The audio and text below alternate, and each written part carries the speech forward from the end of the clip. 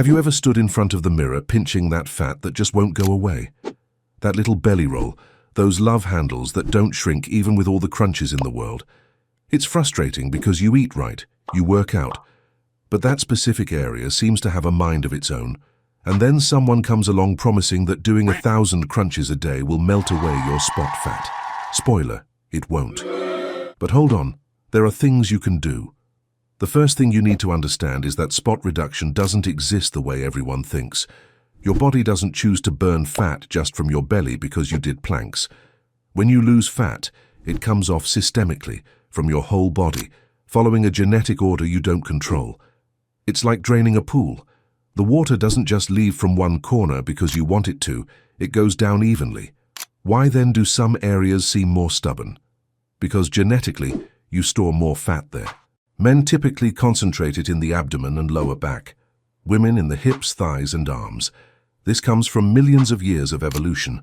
For women, storing fat in the thighs and hips was a reproductive advantage, a reserve energy source for pregnancy and breastfeeding. Your body doesn't know you live in 2025 with food available 24/7. Here's the real problem. These stubborn areas are the first where fat goes in and the last where it comes out. It's like parking cars in a garage. The first ones in are the last ones out. You might be losing fat, but since these regions were the first to accumulate it, they'll only show results once you've already lost a lot of weight elsewhere. Your face thins out, your arms get smaller, but that belly or thigh fat seems frozen in time. There's a biochemical reason for this. Cortisol, the stress hormone, loves to deposit fat in the abdominal area. If you're constantly stressed, sleep poorly, or work too much, your body keeps cortisol elevated. And high cortisol is like an alarm signal for your body to store fat in your belly. Evolution again. Stress in the old days meant danger, lack of food, a need for reserve energy. Your body doesn't understand that your stress is because your boss is unbearable, not because you're running from a predator. Poor sleep makes everything worse. Less than 7 hours of sleep a night messes with your hormones. Leptin goes down, ghrelin goes up. You feel hungrier, less satisfied, and crave more junk food. Studies show that sleep-deprived people lose more lean mass than fat when dieting. Exactly the opposite of what you want. Now let's talk about the elephant in the room. Diet. You won't lose spot fat without being in a calorie deficit. Period.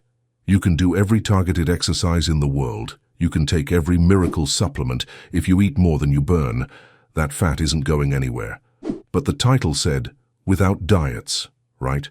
The trick is that there are ways to create a calorie deficit without a traditional diet. Increasing protein is the smartest move. Protein has a high thermic effect. Your body spends more calories digesting it than carbs or fats. Plus, protein is much more filling. You eat less without feeling deprived.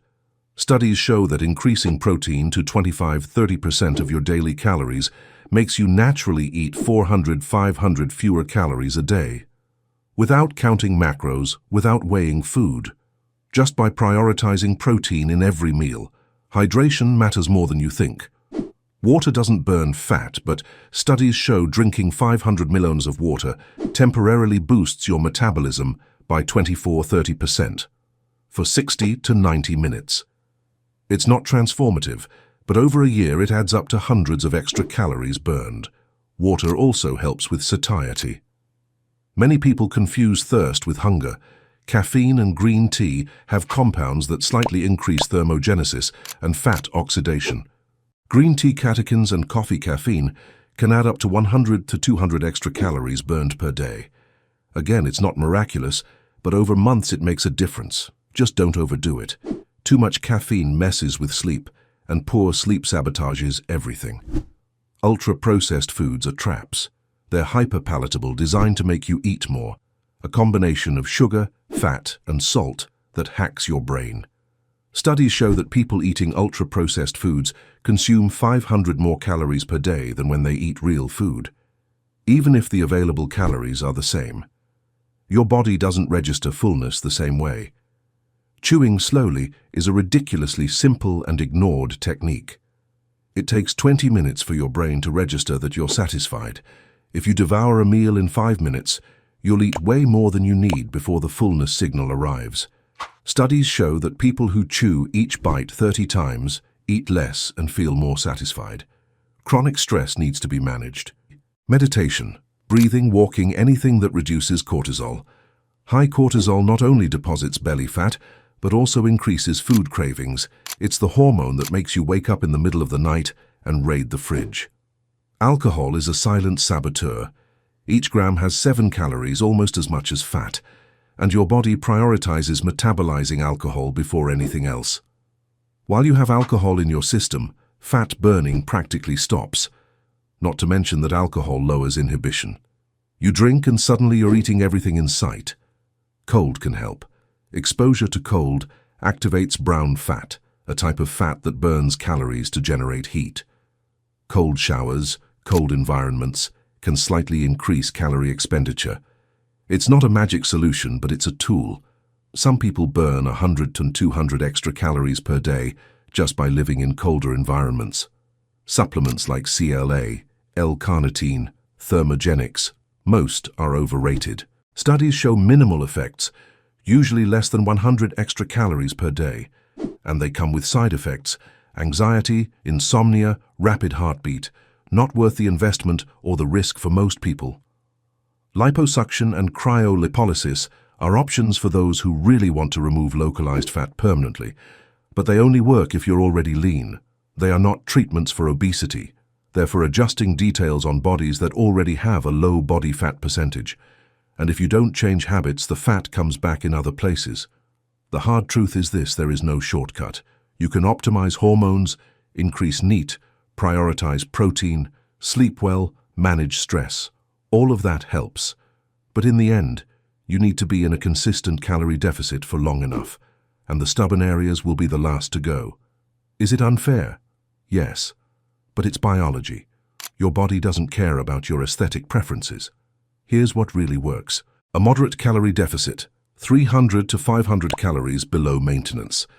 High protein, 2 grams per kilogram of body weight. Strength training 3 to 4 times a week.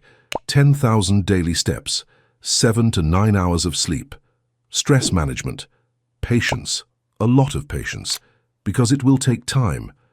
If you're at 15% body fat and want to get to 10%, those last stubborn areas will resist until the end. It can take months, and when you finally get there, maintaining it will require consistency. You can't slack off afterward. The fitness industry sells you the promise of quick results because quick results sell. Lose 5 kilos in a week, melt belly fat in 7 days. All lies. Sustainable fat loss is 0.5 to 1% of body weight per week. For someone who is 80 kilos, that's 400 to 800 grams per week. It's not dramatic, but it's real and lasting. If you liked this video and want to better understand how your body works without falling for miracle promises, leave a like. And tell me in the comments which is that stubborn area that bothers you the most. Belly, thighs, arms? Let's swap tips. And remember, this content is educational. If you have health concerns or want to make major changes to your diet, consult a qualified professional. Your body is unique, and what works for one person might not work for another.